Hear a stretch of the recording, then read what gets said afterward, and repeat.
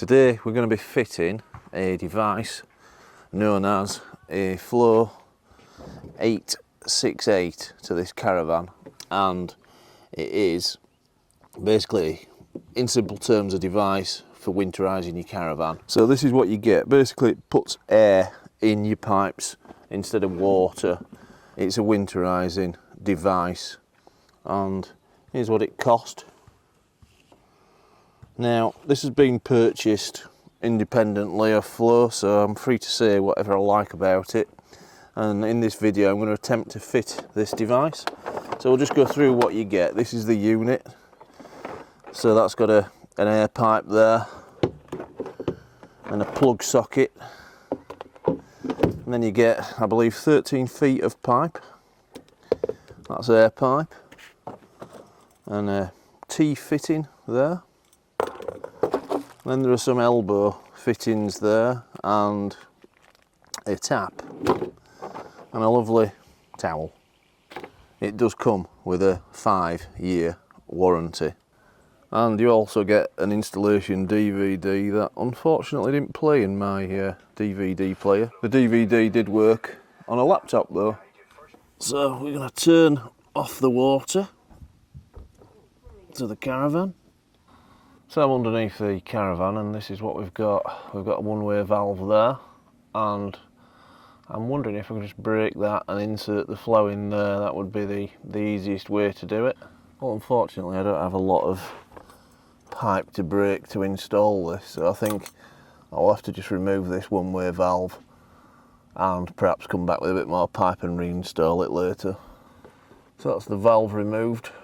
And I'm thinking put it on there and then we can maybe add the valve back in later. Oh, I took a leap of faith and it seems to have gobbled up what pipe there were available lower there, but we've got it in. Worst case scenario, mercy dash to go buy a new pipe, I thought. Now we're going to route the air pipe through this vent here, so I want to make a hole just big enough for it, as we don't want any unwanted friends entering the Caravan. So this is where we want the pipe work, and I'm going to work underneath the Caravan. You could work top down, but do be wary of any pipes or anything if you're drilling. So I've got the pipe in now, and I think looking at it, we don't need a lot of pipe. I think that should be adequate just to go in there. I don't want to put any fittings under any strain. So this pipe is just a push fit connection, just push it in. Now we're going up there, and it is touching, I believe that's a gas pipe. Yeah, it is, it's not lagged. That should be fine. Well, what we're really after is a concealed installation. We've got an excess of pipe work there to remove, and if we peer down you can see just about where the pipe comes up. So I'm thinking maybe mount it on a piece of wood somewhere like here, something like that, next to the all too important plug socket, so you can just swap the boiler plug for the flow plug when we decommission. So we've got the flow unit, and it's got a nice little tap which we're going to need because we don't want to be sending mains water up into this unit when it's not in use. And an elbow I don't think we're going to be using, and there's some rubber washers in here for anti-vibration, so that'll just stand it off the wall. So we'll get that fitted in. So we've got the screw in with the rubber mount behind it. So that is the flow unit fitted. Now the next thing to do is put these little screw caps on. ×4, and that does look good. So I've just managed to cut the pipe with some regular scissors. So we've got the tap fitted, that's open, that's letting air out, and that's closed. So we've plugged the flow in, and we're just going to turn it on here and open the tap. You can hear the compressor working. It should get up to pressure and stop. When I originally fitted the flow, there was a pipe which I had to cut in two, and I kind of hoped that that'd be enough to get a connector each end, but there's insufficient length, so when I put it together it sprung a leak.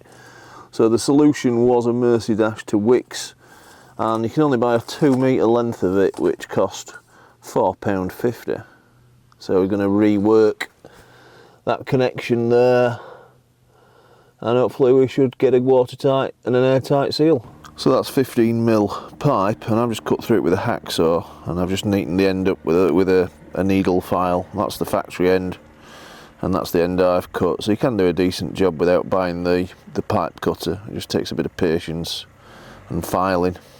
So that's reconnected, and I think I'll just rework that other half of the pipe what was a bit short, as we've got plenty now. A bit of sandpaper could also be used just to neaten things up. Fortunately, I've got a replacement olive in my toolbox, as it would be very difficult to reuse this one. And we're now leak free, fortunately. I could have probably extended the pipes a little less, but it's done now. So we've got the water off, and we'll turn on the flow once more. And open the tap. So we're losing a bit of air just here. This pipe don't like being bent, so I've got a little idea for that. So I put the elbow in just to keep this fitting straighter, and that seems to be helping. I think we've got it somewhat like airtight, and it's just doing a little top up to the pressure now. Well, I've had a few adjustments and I've straightened things up a bit, and that seems to have helped. I think you've got to do quite a bit of work to make sure it doesn't leak air.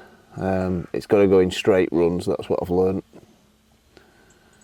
Any strain on any of the fittings and you're in trouble with the air leaks. So we'll turn on a tap just to drain the water down, and you can hear the flow kicking in.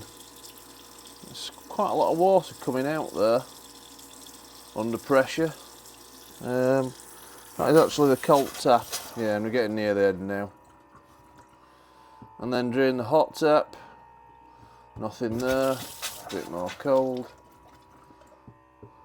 So now we've done the decommission, we'll do the recommission and check for any leaks. So I'll turn the flow off like so, and turn the water back on. So far, our installation seems to be as dry as a bone. Many thanks for watching, and why not subscribe to learn of more product installation, testing, repairs, or anything I can conceive.